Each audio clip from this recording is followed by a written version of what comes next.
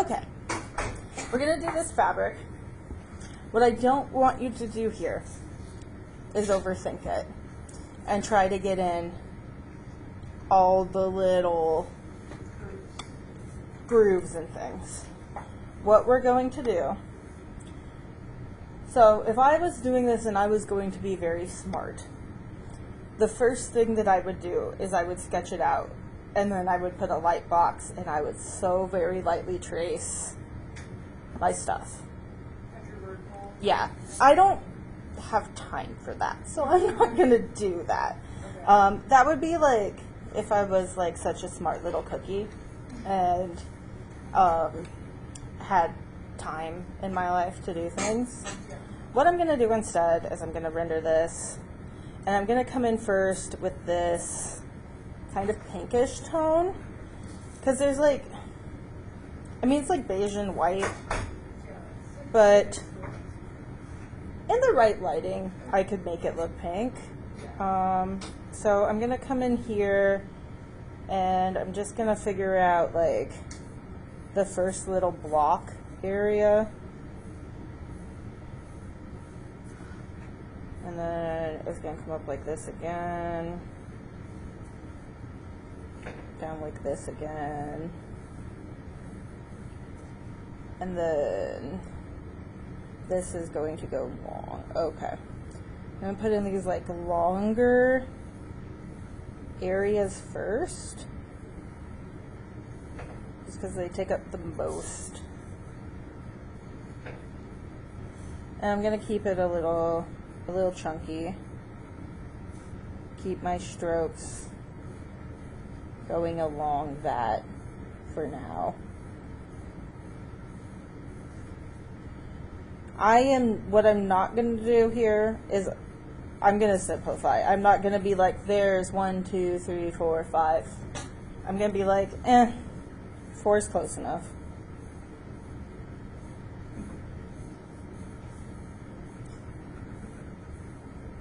I'm just trying to get it to be recognizable. If I had a bag of fabric and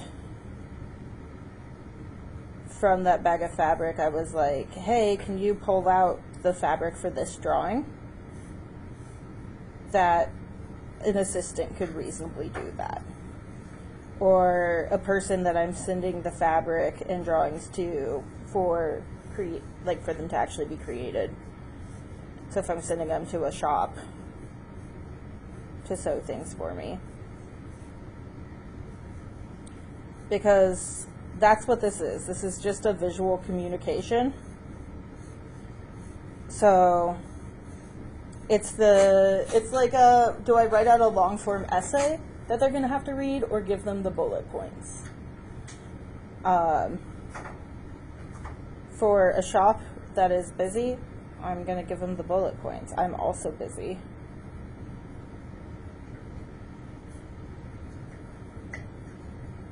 Okay, so I figured that out. And then this, the last one, comes up here. And maybe slants a little more than that. But then it has a zigzag that comes down. Okay, then I can start this weave in again.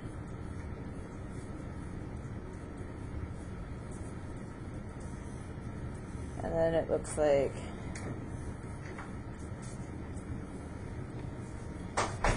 oh, I totally messed it up, but that's okay.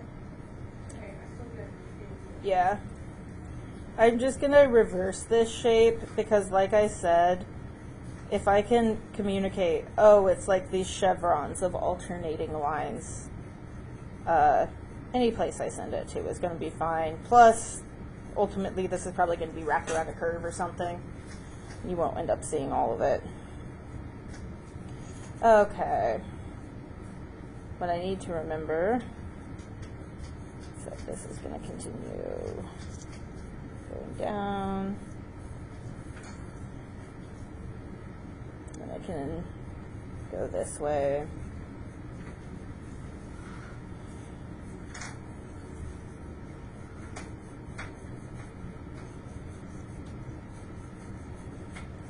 And then we we have something that comes here. Yeah. Mm-hmm. Are we advised to use the watercolor markers, or? We will be doing a whole, like, with actual watercolor paint. Okay. So if you want to play around with them, I don't have a problem with that. But we should be using the paint for, like, most of it. Okay. I think that they have their applications, for sure. All right. Let's find a place to, I guess once I had filled up my area. I just have this pretty simple for now.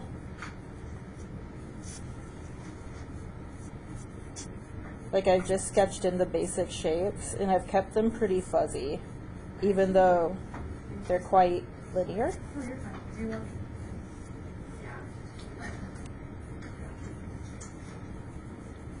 Yeah. Okay. Let's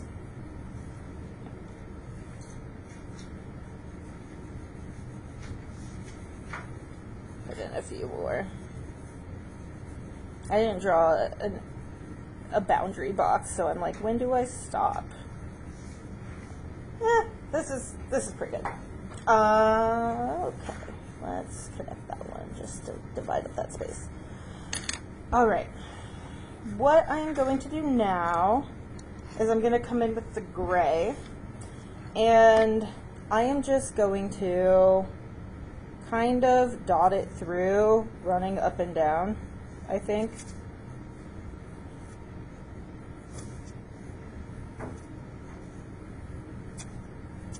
And I'm just kind of doing these short little strokes. It's a little hard to see here.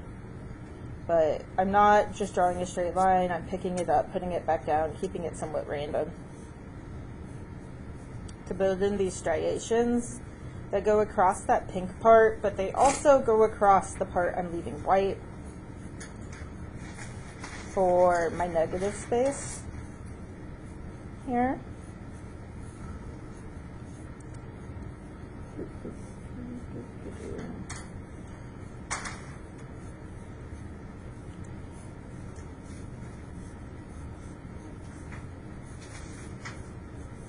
Keeping some of them long, keeping some of them really short. I'm just trying to create a sense of texture and depth here. And then I'm going to do that too with this more mauve-y gray. It's a little bit dark. I'm going kind of in between the other grays. And I'm just keeping this up and down. I think that's like I don't know, that stands out more to me than the warp going across, is this weft. Kind of skipping things.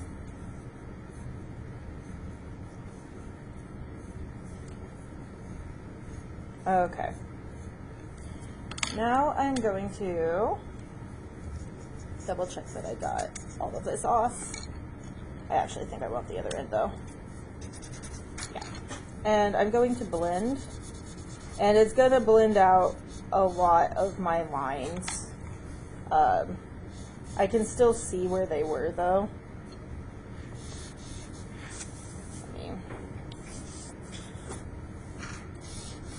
But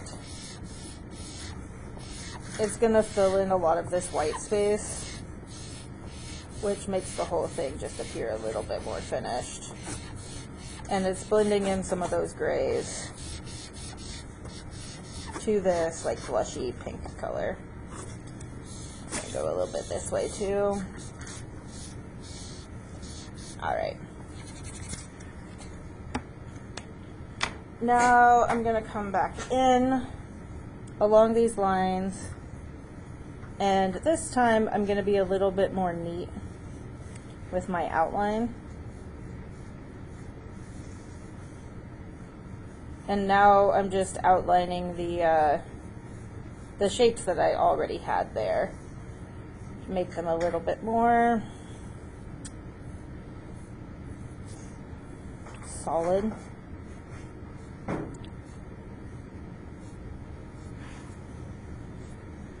Some places I might just line one side. We'll see. Depends on where I feel like it needs just like a little definition.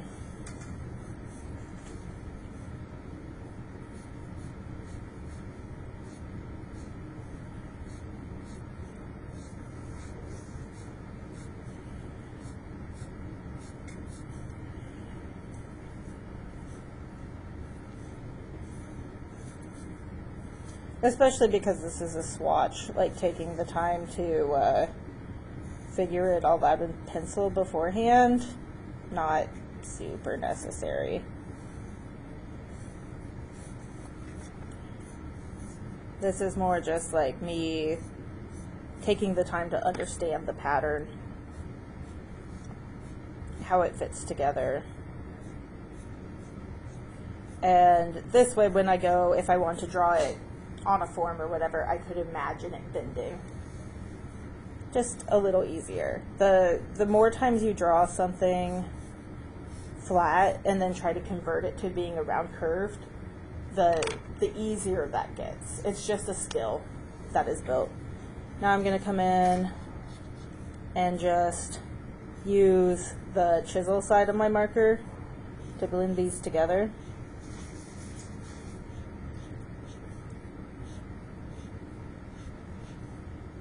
So it kind of smooths out this line and what it's outlining. And then there's a few places where I've maybe lost some of my highlight. I'm going to reestablish that in the next step.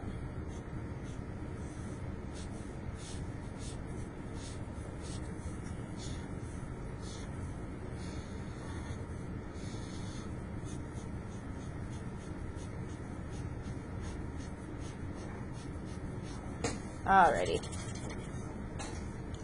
Now I'm going to take my lightest color that is not just quite right. This is Blanc Rose, as opposed to I have like a true Blanc. So this is just a little bit off-white. And I'm going to make sure it's nice and sharpened and come in between these.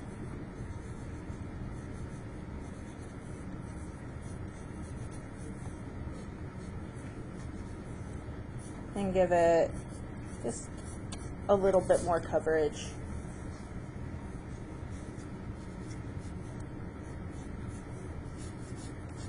I just don't want to leave too much of my paper showing through. And now I'm going to come in with my actual white, and I'm going to reestablish anywhere that maybe got a little bit dark. Come through, and then I'm going to also do that like streaking thing again. I don't know how much it really adds to it, but it gives it like a little bit of texture that's coming in. I could also maybe grab my gel pen like that.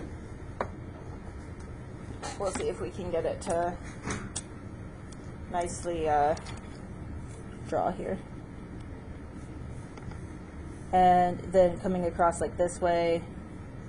I don't even know if that adds enough to spend the time doing it. Maybe just in a few places I can dash it in. But it's pretty light overall, so it's really only going to show up across the darker pink areas, which is what I want because I want that glint. I could give it a few places where I come across and kind of a little sparkly element. But this is probably getting into trying to decide if this is worth my time or not. How well will it photograph? I'd probably take a photo and be like, hey, can I actually even see any of this work compared to the area where I haven't done it? And maybe I kind of just do it patchily because my brain will look at it and kind of just superimpose that texture everywhere. It adds a little something. It's not, I don't know if it's like a mission critical. But I could bring in some layers and find some places to really make that glint show up. I could also, at this point, I mean, I have a sparkly silver gel pen, so I could put some glints of that coming through. And I would just do that in a few places. I would not try to recreate every little glint that I have on here. I would just give it like a single, maybe just where I had a lot of light shining on it. So I would just choose one area and be like, okay, that's good enough. In the light, there will be a little bit of glint. That's fun. But that's as far as I take it.